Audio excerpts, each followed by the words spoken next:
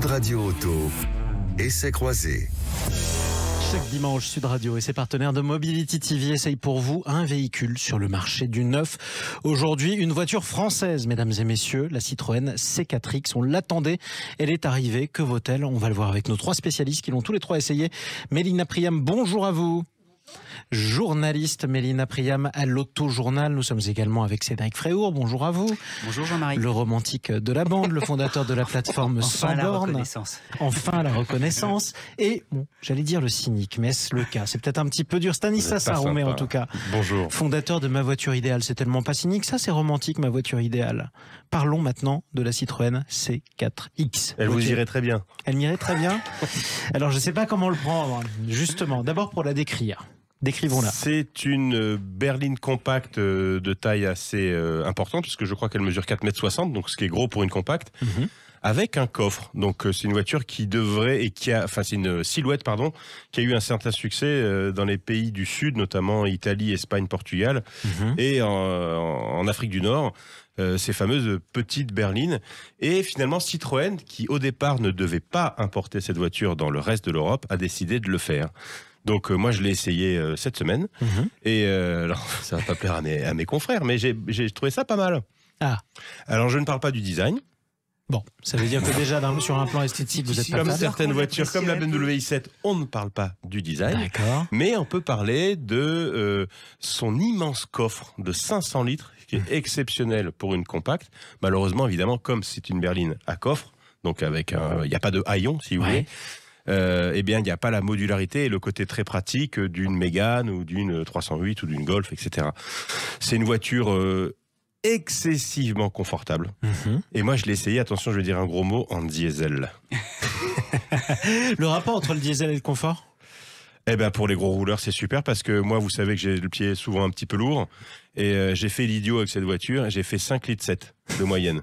Donc avec un réservoir de 50 litres, on peut imaginer faire entre 900 et 1000 km en roulant comme moi. Donc imaginez, un Pékin moyen va faire 1200 km avec le plein. Ne faites jamais essayer votre voiture personnelle à Stanislas Aroumet, elle prendrait 10 ans en 1 heure, quasiment. En tout cas, alors vous avez dit que vous en étiez plutôt satisfait. Le confort, la consommation, l'habitabilité, c'est surtout important. Le coffre. À l'arrière, il y a pas, on s'attendait à plus d'espace, mais c'est un tout petit peu petit parce que ça reprend tout simplement la plateforme de la C4 classique qu'on a chez nous, et donc l'empattement est pas très très long. Sauf que vous avez dit que ça n'allait pas plaire, ces compliments à Mélina Priam. Pourquoi ?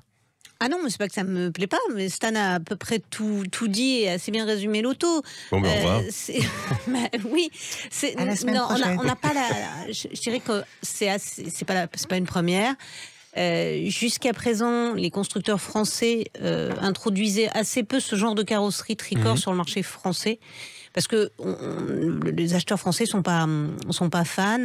Déjà parce que ça pose quand même un problème d'accès au coffre. Le coffre est grand, mais il est pas accessible, il est pas pratique. Qu'est-ce que c'est qu'un coffre pas accessible ?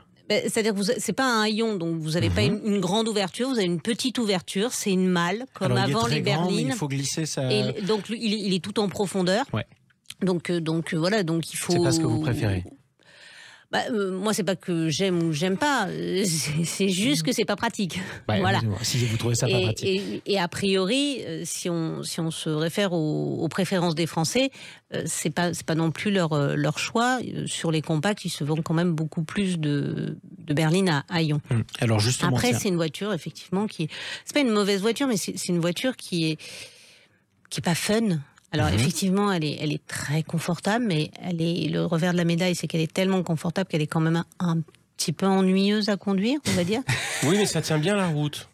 Ça prend du roulis, mais ça tient bien la route. Oui, mais bien sûr, mais enfin, je veux dire, aujourd'hui, c'est vous dire à quel point il l'a poussé d'ailleurs, mais je ferme la parenthèse. Il y a peu de voitures qui tiennent mal la route quand même de nos jours. Et peu de Citroën encore plus. Et peu de Citroën, non, mais c'est une bonne voiture, la base est connue. Ça, voilà, alors d'où vous vient ce scepticisme ? Du fait que je vois pas la clientèle en France. Elle est en concurrence avec quel modèle, la Citroën C4X ? Il y a certains qui voudraient la comparer au Renault Arcana, parce qu'il y a cette espèce de dessin Oui. Il y a un un peu peu cette fuyant. silhouette. Fuyante, Oui, mais justement, non, mais un Arcana, ça reste quand même quelque chose, justement, avec un haillon qui ressemble plus à un SUV qu'à une berline. Alors là, effectivement, ils lui ont donné un look un petit peu rehaussé pour pas qu'elle fasse trop Berline, et qu'elle fasse un peu berline à plus coffre SUV. des années 80. Mais enfin. En ce moment, j'ai l'impression que Citroën se cherche et n'arrive pas à se trouver depuis un petit moment. Et que vous non plus, vous n'arrivez pas à les trouver. Et surtout. on n'arrive pas à les trouver. Et quelque part, ça me dérange parce que j'aime bien cette marque, parce que c'est une marque qui a On a grandi avec. une réputation, une renommée, une notoriété, tout ce qu'on veut. Et c'est la marque ce française automobile la plus connue au monde. Vous n'imaginez pas tout ce que Citroën peut faire pour vous. Vous vous rappelez ce vieux slogan, Non, mais ça tout c'était à une fait. autre époque. Et Et malgré C'est tout, formidable. malgré tout, aujourd'hui, en plus dans la galaxie Stellantis, dans laquelle dans laquelle elle intervient on va y maintenant. revenir. Je vous propose qu'on revienne ensuite sur le positionnement à l'avenir de la marque Citroën. Un mot d'abord, Cédric Fréault. Vous êtes toujours le plus indulgent ou alors le plus facilement, on va dire, impressionnable. Pourtant là, Je vais y aller.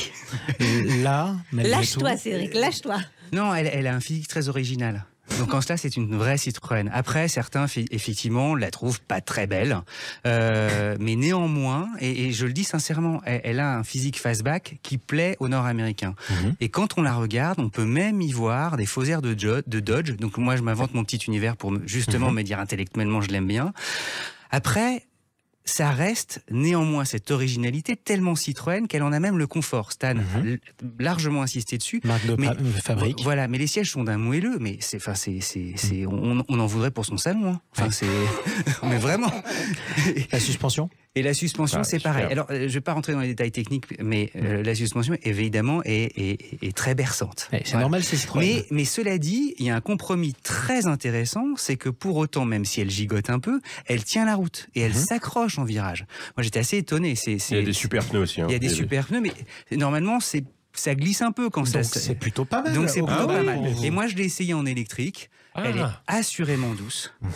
Très, très très douce d'ailleurs, parce qu'elle est pas super puissante.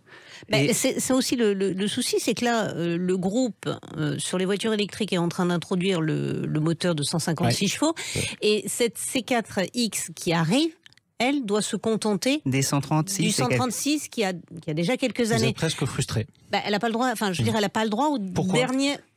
Pourquoi il faudrait poser la question Non, mais moi j'ai un élément Voilà. de réponse. Je pense que Stellantis va vraiment à reculons vers l'électrique. On pourrait faire une émission entière sur on en a fait 2035. des émissions entières. Mais et on en c'est- refera d'ailleurs. Mais c'est vrai que le patron Carlos Tavares, en tout cas, n'est pas enthousiaste à cette idée. En revanche, il a dit qu'on allait y aller, qu'ils allaient y aller à fond. Contraint quoi et qu'il forcé. arrive. Comme toute l'industrie en réalité. Ouais. Non, mais c'est vrai que Mélina le disait, Citroën se cherche. Et cette automobile qu'on a du mal à caser, à classer, à comprendre, elle demande un peu d'effort. Justement, ça éclaircit pas l'image de C'est Citroën. ça. Et donc justement, en un mot, comment vous qualifieriez Citroën au regard de cette dernière voiture par rapport à ses concurrents? Tiens, si vous devez positionner la différence entre une Citroën, une Peugeot et une Renault. Je vais faire une réponse très diplomatique. Allez-y. On attend les prochaines nouveautés de Citroën. Non, moi je pense que c'est une marque essentielle. C'est comme Essentiel. ça. C'est-à-dire qu'ils reviennent un peu au basique qu'on a connu avec la 2 chevaux par exemple, avec des voitures qui sont pas très tape à l'œil, qui cochent un peu toutes les cases et qui sont moins chères. Là pour le coup, Stellantis fait bien son truc. Non, avec mais C'est l'argument de Dacia, pardon. Mais j'ai entendu c'est un quand même- responsable des ventes de Dacia me dire exactement ce mot. On n'est pas une marque low cost, mais on est une marque essentielle. On distribue ce qui est essentiel. Oui, c'est plus haut de gamme que Dacia quand On est même. d'accord. Oui, mais Jean-Marie. ça, c'était le discours déjà de Citroën depuis quelques années, et sauf qu'ils n'y vont pas non plus à fond, parce que les prix des Citroën, ce ne sont pas non plus les prix des Dacia. Voilà. L'histoire Le mot de de la fin. Citroën. On a la chance d'avoir une histoire d'un siècle avec des voitures. Stanislas vient de le dire, la 2 chevaux, mais ça va jusqu'à la DS. C'est-à-dire que ça va quasiment du luxe L'attraction. automobile, l'attraction, l'innovation. C'est vrai. C'était André Citroën, c'était le Elon Musk. Et on n'a pas C'est- fini. Non mais c'est vrai. Non mais c'est vrai. vraiment. Et on n'a pas fini. Un Je rêvais. Génie marketing et tout ça. Et aujourd'hui, qu'est-ce qu'on en fait? Une marque un peu simple, qui a le cul entre deux chaises, entre peut-être du low cost, sans le dire, et puis on a laissé la place chez Stellantis à la marque DS en soi pour C'est dire ça. c'est toi qui montes vers le luxe. Et donc, elle sait plus où elle est. Et c'est pour ça qu'en tout cas, on aura terminé par une déclaration d'amour, évidemment, de Cédric Fréau, et en tout cas pour la marque mythique Citroën qu'on continuera toujours à aimer. Amour et Fréau, ça rime. C'est exactement, Merci, il fallait le dire. Merci à tous les trois pour cet essai. On vous retrouve dimanche prochain pour un nouvel essai avec nos partenaires de Mobility TV. Merci. Merci.